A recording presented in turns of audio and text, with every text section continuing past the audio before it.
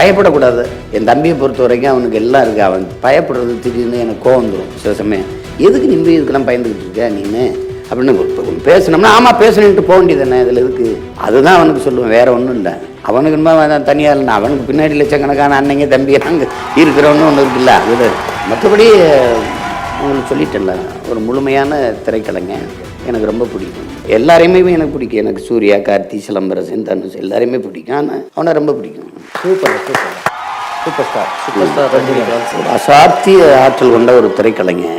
இன்னைக்கு வரைக்கும் இந்த ஹை ஸ்பீடுன்னு சொல்லுவோம்ல, ஹை ஸ்பீடு இந்த சொல்லுவோம்ல மெதுவான, அவரை மாதிரி அந்த இதுக்கு அந்த என்ட்ரி அவுட்லாம் சொல்லுவோம்ல, உள்ளே வந்து போகிறது நடக்கிறது உலகத்தில் ஒருத்தனுக்கும் வாய்ப்பே கிடையாது அவர் மாதிரி நடிக்கிறதுக்கு.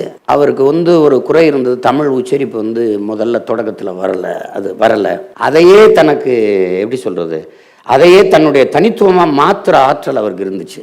அவருடைய அந்த வேகம் இருக்குது பார்த்தீங்களா, திரையில் அவருடைய வேகம், அந்த இது கை அதெல்லாம் இனி ஒருத்தங்க பிறக்கிறதே வாய்ப்பு இல்லை. அசாத்திய ஆற்றலாளர், அதில் எந்த மாறுதலும் இல்லை. திரைக்கலைஞனாக நம்ம கொண்டாடணும். தமிழ்நாட்டுக்கு பெருமை. அவர் எங்கே மொழியில் வேணால் நடிச்சுருந்துருக்கலாம்.